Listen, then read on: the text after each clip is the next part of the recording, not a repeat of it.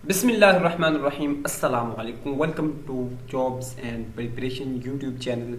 मैं हूं फिदा हुसैन। आज की इस वीडियो में आपको बताऊंगा कि Punjab police SPU PHP drivers wireless operators में जिन लोगों ने अप्लाई किया था उनका इंटरव्यू होने जा रहा है, तो उनको लोगों को जो डीपीओ ऑफिस से कॉल्स आ रही हैं और कॉल्स में क्या क्या पूछा जा रहा है, तो ये आपके साथ डिटेल में शेयर करूंगा। और कॉल्स अब करने का मकसद क्या है, ये भी इंफॉर्मेशन आपको इसी वीडियो में मिल जाएगी और आपको अपने माइंड में क्या क्या चीज़ें होनी चाहिए ये भी होगा।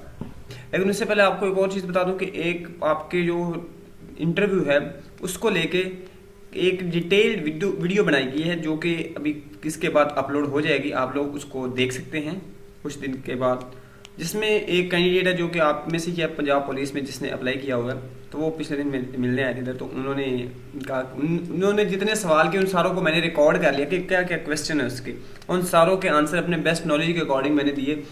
और मैंने सोचा भी इसको दोस्तों के साथ बाकी भी शेयर कर देता हूँ, ताकि आपके माइंड में जो इस तरह के क्वेश्चन है वो क्लियर हो सकें। तो आपने वीडियो को कंप्लीट वॉच करना है और चैनल पे अगर नहीं है तो इसको सब्सक्राइब जरूर कर लेना है। चलते हैं वीडियो की तरफ। तो दोस्तों, सबसे पहले तो आपको बता दूं कि लाहौर डिस्ट्रिक्ट में वायरलेस ऑपरेटर्स को कॉल की गई हैं और उनसे कुछ सवाल पूछे गए, उनसे कुछ इन्फॉर्मेशन ली गई है। क्या पूछा गया ये भी आपको बताता, लेकिन उससे पहले बता दूं कि कॉल्स क्यों की जा रही हैं। अब देखिए, जैसे पंजाब जो बोर्ड है, उस लाहौर बोर्ड, उसने रिजल्ट जारी कर दिया, लिस्ट वगैरह जो है वो दे दी आईजी ऑफिस। अब फर्दर उन्होंने इसकी मजीद डिवीजन करके डिस्ट्रिक्ट वाइज कर दिया।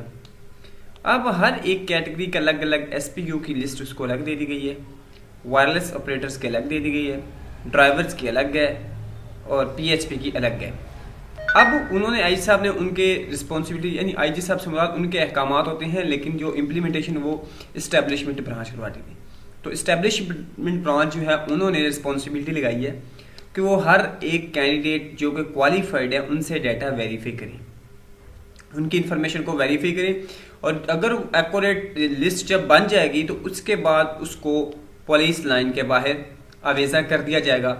और यानी वो एक इंटरव्यू लिस्ट हो सकती होगी जिसमें बताया जाएगा आपका इंटरव्यू किस डेट को है। तो अब जैसे ही ये प्रोसीजर कंप्लीट होगा, उसके बाद जो लिस्ट है वो पुलिस लाइन के बाहर लग जाएगी और उसके चंद दिन तक एक्सपेक्टेड है कि इंटरव्यू, जब तक इंटरव्यू की फाइनल डेट अनाउंस नहीं की गई, लेकिन उम्मीद की जा सकती है कि बहुत जल्दी आपका इंटरव्यू हो जाएगा, क्योंकि आप पुलिस ने ज़्यादा देर नहीं करनी।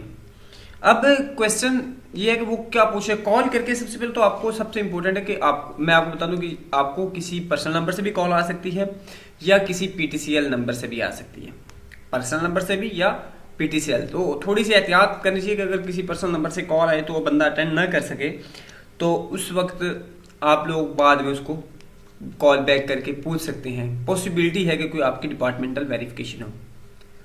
तो कुछ दोस्त तो कह रहे होंगे कि हमारा मोबाइल नंबर वहाँ पे रॉन्ग लिखा हुआ था, तो अब हमारा क्या होगा। ज़ाहिर बात है आपकी तरफ वो कॉल तो नहीं हो सकेगी, लेकिन सम टाइम आपने फॉर्म के ऊपर अगर किसी भाई का नंबर दिया हुआ है तो उस पर अगर वो एक्यूरेट है तो वहाँ पे कॉल की जा सकती है।